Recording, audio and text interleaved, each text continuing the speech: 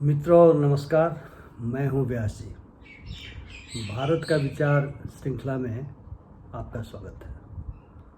आज हम लोग चर्चा करेंगे संविधान के आर्टिकल अनुच्छेद 17 के बारे में। यह अनुच्छेद अत्यंत ही महत्वपूर्ण अनुच्छेद इस मायने में है कि यह भारत में सदियों से चली आ रही एक ऐसी परंपरा, जिसको हम कहेंगे कि समाज पर जो परंपरा कुष्ठ की तरह से छाई हुई थी, जिसको हम कर्स कहेंगे, उस परंपरा का समापन करती है, उस प्रैक्टिस का समापन करती है, वो अमानवीयता का समापन करती है।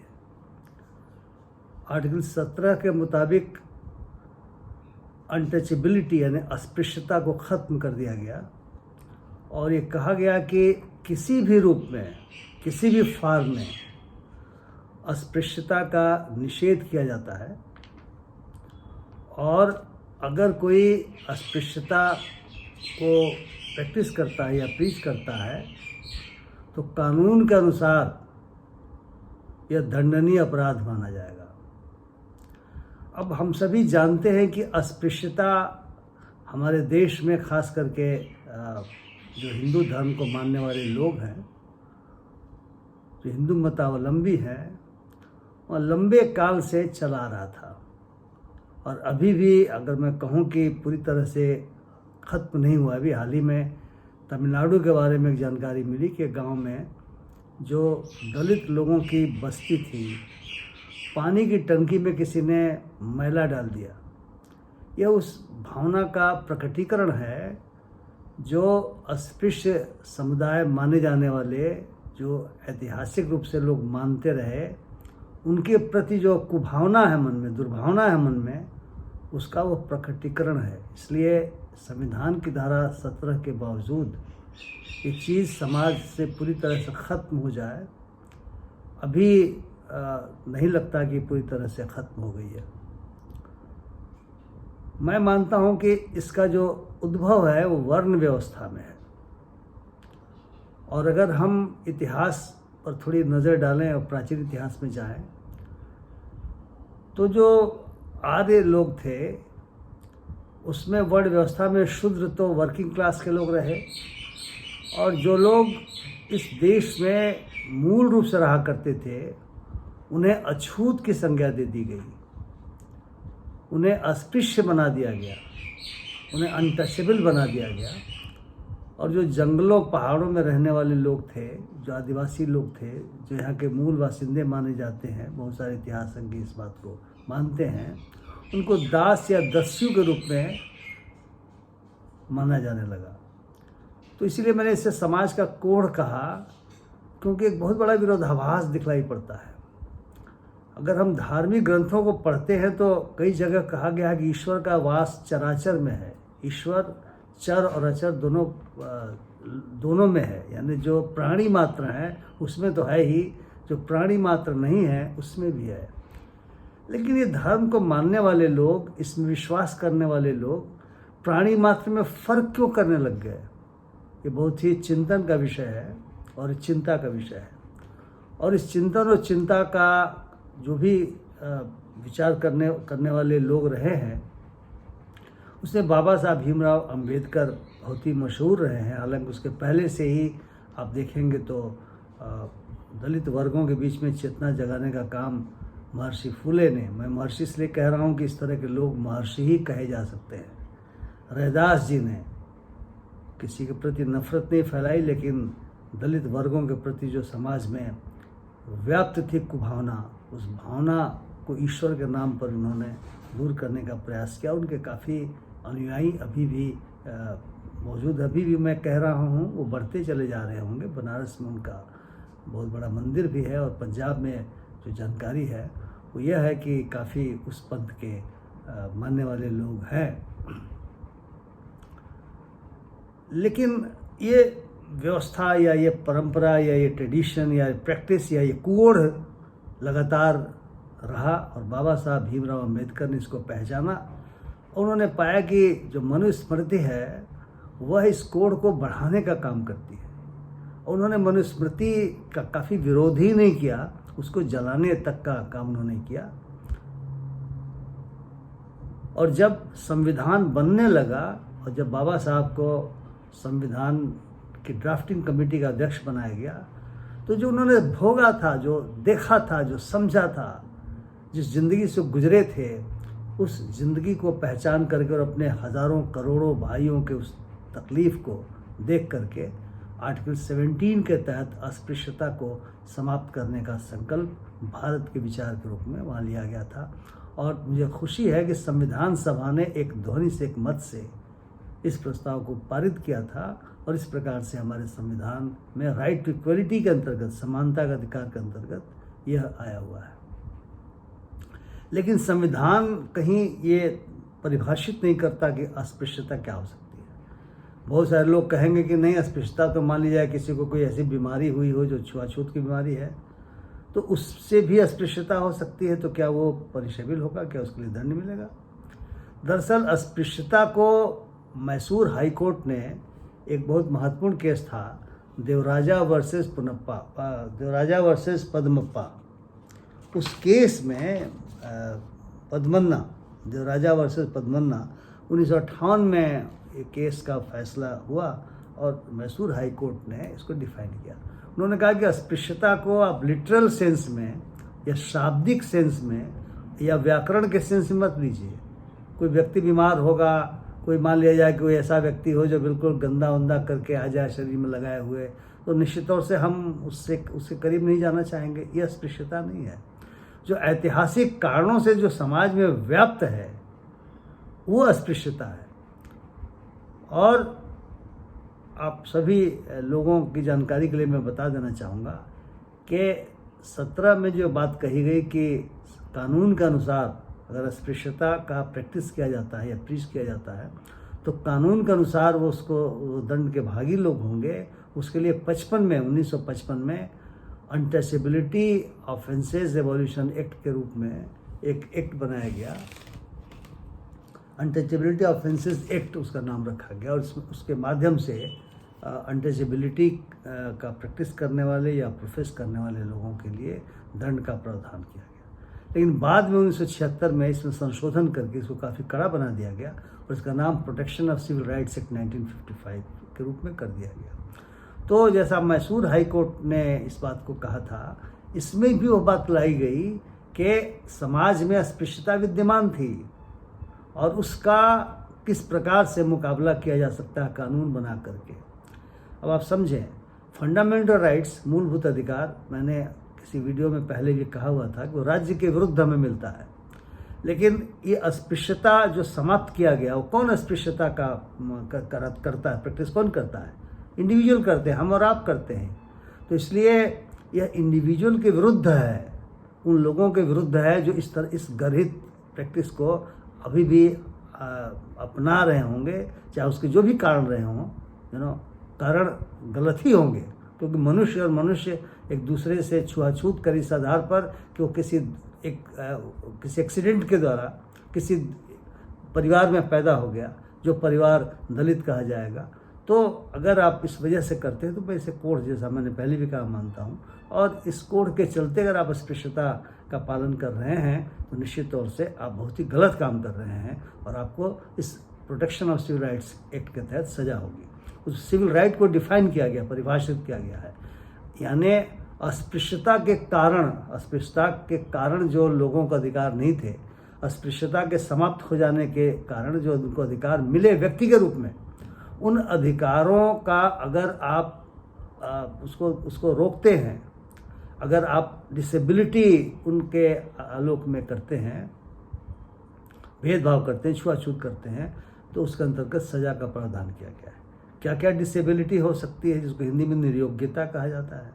जैसे मान लिया जाए किसी को जो किसी धर्म के लोग हैं और उनके जो पूजा स्थल हैं, सभी लोग जा सकते हैं, लेकिन जाति के आधार पर आपने दलित लोगों को रोका, कुछ लोगों को नहीं जाने दिया, तो ये सजा का प्रावधान है। इसको हम रिलीजियस डिसेबिलिटी कहेंगे। या मान लिया जाए कोई पूजा स्थल है जहाँ पे नहाने के लिए घाट है, नदी है, या कोई तालाब है या कोई पोखरा है, वहाँ आपने रोका, तो इसके लिए सजा का प्रावधान है। और ये होता रहा था भारतवर्ष में। हालांकि बाबा साहब ने तो हिंदू धर्म छोड़ करके बुद्ध धर्म अपना लिया इसी वजह से, क्योंकि जो कर्मकांड था और जो प्रैक्टिसेस थी वो इस प्रकार से थी कि उन्हें लगा कि इस धर्म में नहीं रहा जा सकता, और उनके तमाम अनुयायी हर साल ऐसा करते हैं। दीक्षा भूमि है नागपुर में, तो क्या करते हैं।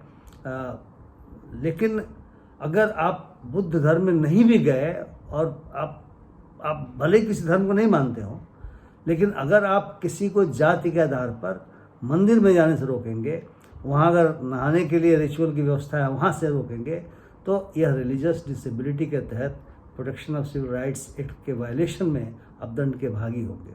दूसरा है सोशल डिसेबिलिटी।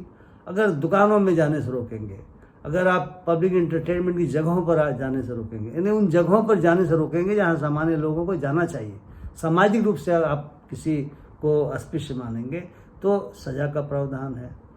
उसी प्रकार से विभिन्न स्तरों पर, जैसे आपको याद होगा कि जो आर्टिकल 15(2) है उसमें भी कहा गया है कि पार्क में या सड़क पर अगर आप किसी को रोकते हैं, या पब्लिक इंटरटेनमेंट के प्लेसेस पर रोकते हैं, या बेदिंग हार्ट्स पर रोकते हैं, किसी व्यक्ति को अगर आप रोकते हैं तो राइट टू इक्वलिटी का वायलेशन होता है।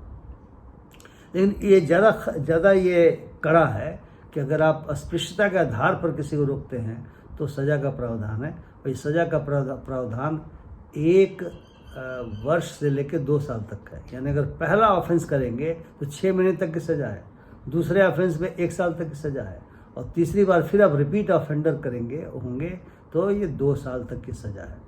और ये इसीलिए बनाई गई है, सज़ा का प्रावधान इसीलिए बनाया गया है ताकि इस कोड को हम समाज से मिटा दें, ये बिल्कुल लोगों के दिमाग से ख़त्म कर दें, कानून का भय पैदा करके। हालांकि केवल कानून के भय से बहुत सारी चीज़ें खत्म नहीं होती, इसके लिए एक सामाजिक जन जागरण आंदोलन करने की भी आवश्यकता होती है। और मैं समझता हूँ कि इस देश में समय समय पर जो दलित असर्शन हुआ है या जो दलित विमर्श शुरू हुआ है, उसी सामाजिक आंदोलन का प्रतिफलन है।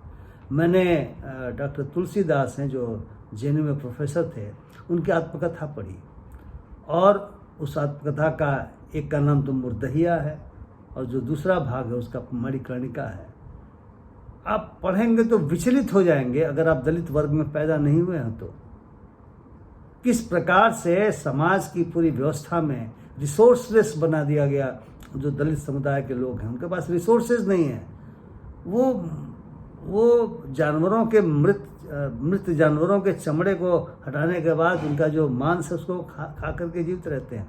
और कई जगहों पे तो इस पर भी प्रतिबंध लगने की बात आई है। गुजरात में ऐसा देखा गया था कि कुछ लोग मृत जानवर का चमड़ा निकाल रहे थे और उनकी पिटाई कर डाली कुछ लोगों ने। उन्होंने कहा तो गाय माता का ये उन्होंने हत्या कर डाली है, और उसको लेकर काफ़ी हंगामा मचा। ये जो दिमाग है, ये जो दिमाग में बैठी हुई चीज़ें हैं, मैं समझता हूँ कि इसके विरुद्ध इस आंदोलन की आवश्यकता है। अगर आप पढ़ें मुर्दहिया जैसा मैंने पढ़ा है मणिकर्णिका, तब आपको लगेगा कि कितना बजबजा रहा है समाज। और तुलसीदास की खुद की पीड़ा है, और तुलसीदास अकेले व्यक्ति नहीं है। और आप बता दूं, तुलसीदास की रचना बहुत ही कालजयी रचना मैं मानता हूँ। उनके अलावे भी बहुत सारे लोगों ने दलित विमर्श की रचनाएं की हैं, और सभी रचनाओं को पढ़ने पर यह एहसास बिल्कुल होता है कि किस प्रकार से दलित समुदाय के साथ हमारे समाज में भेदभाव और व्यवहार हो रहा है। इसलिए भारत का विचार उसके विरुद्ध है। भारत के विचार में सभी को समानता का अधिकार है। अगर मैं दलित समुदाय से आता हूं तो आप मेरे साथ छुआछूत और भेदभाव नहीं कर सकते। अगर आप करेंगे तो आप अपराध करते हैं, और भारत का विचार उस अपराध के विरुद्ध है। मैं आज इसीलिए इसको बताने के लिए बैठा हुआ हूँ कि बहुत ही बड़ा अपराध है अगर हम मनुष्य में भेदभाव करते हैं, और हम धर्म के आधार पर करते हैं, धार्मिक कारणों से करते हैं, तो हम तो बिल्कुल नीचता की हद तक जा रहे हैं। माफ़ करेंगे इन शब्दों का उपयोग मैं कर रहा हूँ, क्योंकि जब चराचर में ईश्वर विद्यमान है और आप ईश्वर को मानते हो, तो फिर हर मनुष्य में ईश्वर मौजूद है, तो तुम ईश्वर का अनादर कर रहे हो। तुम्हें तो नरक में भी जगह नहीं मिलेगी अगर तुम अस्पृश्यता का पालन करते हो, अगर तुम छुआछूत का करते हो। गांव में हमने देखा है कि जो दलित बस्तियां होती हैं गांव के अंतिम सिरे पर रहती है। हमने देखा है कि जो हमारे दलित भाई बहन हैं वो खास करके जो दूसरे जातियों के लोग हैं उनके साथ उस तरह से घुल मिल नहीं सकते। हमें संविधान कहता है कि एक समरस समाज का निर्माण करना चाहिए, उसमें सभी का आदर होना चाहिए। व्यक्ति की गरिमा से ये चीज़ें जुड़ी हुई हैं और ये हम सब पर ये आयत है, ये चीज़ लागू होता है। एशियाड केस था बड़ा महत्वपूर्ण, जिसमें public union of democratic rights versus union of India का केस 1982 में, उसमें सुप्रीम कोर्ट ने इस बात को माना कि यह इंडिविजुअल्स के खिलाफ है। ये सरकार को चाहिए, सरकार का दायित्व बनता है कि वह लागू करे इस अस्पृश्यता को समाप्त करने का जो संकल्प संविधान का है, वो सरकार लागू कराए, इन्फोर्स कराए, लेकिन ये प्राइवेट इंडिविजुअल्स पर लागू होता है। हमारा दिमाग ऐसा होना चाहिए कि हम मनुष्य की गरिमा का आदर करें। अगर मनुष्य की गरिमा का आदर नहीं करते तो हम किसी एक का आदर नहीं करते, मुझे भी आदर नहीं मिलेगा, आदर एक दूसरे के साथ मिलेगा। इसलिए गरिमा का आदर करें। अगर हम सरकारी कर्मचारी हैं और हमें अगर किसी दलित व्यक्ति के अस्पृश्यता के आधार पर उनके साथ जो छुआछूत भेदभाव किया जा रहा है, यदि वो शिकायत मिलती है, उस शिकायत का इन्वेस्टिगेशन बिल्कुल प्रॉपर तरीके से करें। जो protection of civil rights act है, उसकी धारा 10 कहती है कि यदि आप जानबूझ करके पब्लिक सर्वेंट हैं और आप इन्वेस्टिगेशन नहीं करेंगे, अगर आपको कोई शिकायत मिल रही है या समाज में शिकायत आपके नज़र में आई है, आपको अबेटमेंट का दोषी माना जाएगा। ये माना जाएगा कि आप भी उसमें शामिल हैं। ये क्यों ऐसा बनाना पड़ा? क्योंकि ऐसा देखा जा रहा, थाने में लोग जाते, रेवेन्यू ऑफिस में जाते, शिकायत करते, परेशानी में रहते और लोग उसको नहीं सुनते। अफसर लोग, कर्मचारी लोग नहीं सुनते, क्योंकि कर्मचारी और अफसर लोग भी तो समाज के उपज हैं। उनका दिमाग भी वैसा ही अच्छा या बुरा हो सकता है जो समाज का दिमाग हो सकता है। इसलिए अधिनियम इसको डालना पड़ा है। मैं नहीं जानता कि कितने अधिकारियों, कितने कर्मचारियों को इस अबेटमेंट के आधार पर सजा हुई है, लेकिन ये अधिनियम में डालना पड़ा है। इसलिए इसके महत्व को हमें समझने की आवश्यकता पड़ेगी मित्रों। तो ये भारत के इस विचार को आपको बताते हुए मुझे थोड़ी पीड़ा भी हो रही है कि हम लोग इस तरह के बिंदुओं पर भी तक चर्चा कर रहे हैं, क्योंकि समाज में विद्यमान रहा है, समाज में अभी भी विद्यमान है, अगर प्रत्यक्ष नहीं तो प्रच्छन्न रूप से है। मुझे स्मरण है कि एक बार, आज से मुझे लगता है 20-25 साल पहले की बात है, बिहार में कल्याण विभाग की एक स्कीम थी जिसमें लिखा हुआ था कि गंदा काम करने वाले लोगों के बच्चों के लिए छात्रवृत्ति की योजना। कई लोगों ने विरोध किया कि गंदा काम का क्या मतलब हुआ? अगर सिर पर पखाना ढोने की व्यवस्था आपने बना रखी है, जो अब तो स्कंजर खत्म धीरे धीरे होते चले गए और होता चाहिए, ये बहुत ही गलत चीज़ है, ये बहुत ही गरीब चीज़ है कि कुछ लोग आपका मैला ढोएं। लेकिन जो मैला ढो रहे हैं, आपका मैला ढो रहे हैं, वो गंदा काम कैसे कर रहे हैं? गंदा काम तो आप कर रहे हैं कि आप जो है सो अपना मैला ढुलवा रहे हैं। तो ऐसे लोगों को गंदा काम करने वाले कैसे कर सकते हैं? बाद में जहाँ तक मेरी जानकारी है, इसको ख़त्म किया गया। क्योंकि यदि समाज में गंदगी है और उस गंदगी को, जैसे अभी भी इस बात पे काफ़ी चर्चा होती रही है और लोग इस पर आंदोलन भी करते रहे हैं कि जो स्कैवेंजिंग का काम होता है, जो सफाई होती है अंडरग्राउंड सीवरेज वगैरह की, उसके लिए मशीनों का प्रयोग होना चाहिए। उसके लिए अगर कोई इंटर कर रहे हैं, उसमें जा रहे हैं, तो उनके लिए पूरा प्रोटेक्टिव गियर होना चाहिए। कई लोगों की मृत्यु हो गई। मैंने अखबार में शायद 2-3 दिन पहले पढ़ा कि 1992 से अब तक लगभग हज़ारों लोगों की इसमें मौत हो चुकी है।